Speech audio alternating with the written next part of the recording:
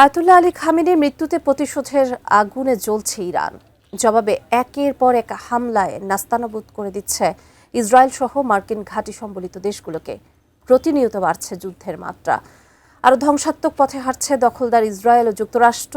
কিন্তু এমন অবস্থায় কোন কৌশলে এগোবে ইরান? বিস্তারিত শিহাব ইসলামের ডেস্ক রিপোর্টে।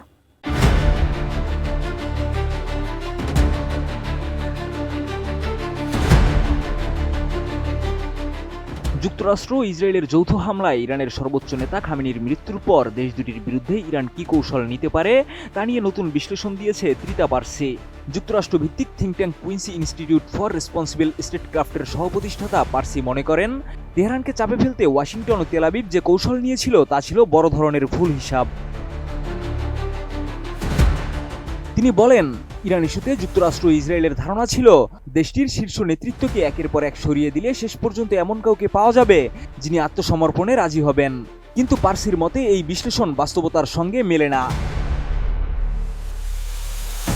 আমি বুঝি নির্মাণের শিল্প, সালাম স্টিল বোঝে ডিউরেবিলিটি। সালাম স্টিল, মোস্ট ডিউরেবল স্টিল।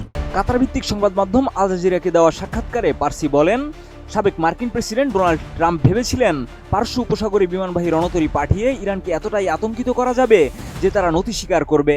কিন্তু তিনি উপলব্ধি করতে পারেননি যে ইরানের ধর্মতান্ত্রিক সরকার যুদ্ধের চেয়ে আত্মসমর্পণকেই বেশি ভয় পায়।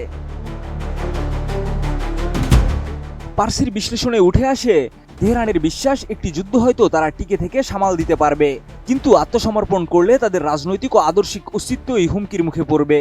ফলে নেতৃত্বে পরিবর্তন আনলেই কৌশলগত ফল মিলবে এমন ধারণা বাস্তবসম্মত নয়।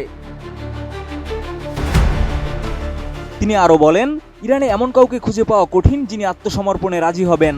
তার জন্য শুধুমাত্র নেতৃত্ব পর্যায়ে হামলা যথেষ্ট নয়, কার্যত গোটা রাষ্ট্রকাঠামোকে ধ্বংস করে দিতে হবে। আর সেটি কতটা সময় সাপেক্ষ বা আদৌ সম্ভব কিনা সে বিষয়ে ট্রাম্প প্রশাসনের স্পষ্ট ধারণা ছিল না। এই প্রেক্ষাপটে পার্সির মতে ইরানের সম্ভাব্য কৌশল হবে সরাসরি আত্মসমর্পণ নয়, বরং পাল্টা চাপ সৃষ্টি। অর্থাৎ যুক্তরাষ্ট্র, মার্কিন সেনা উপস্থিতি, বিশ্ব অর্থনীতি, প্রতিবেশী দেশ এবং বৈশ্বিক জ্বালানি ও বাজার ব্যবস্থার উপর এমনভাবে আঘাত হানা যাতে পরিস্থিতি ওয়াশিংটনের জন্য রাজনৈতিক ও অর্থনৈতিকভাবে অত্যন্ত ব্যয়বহুল হয়ে ওঠে।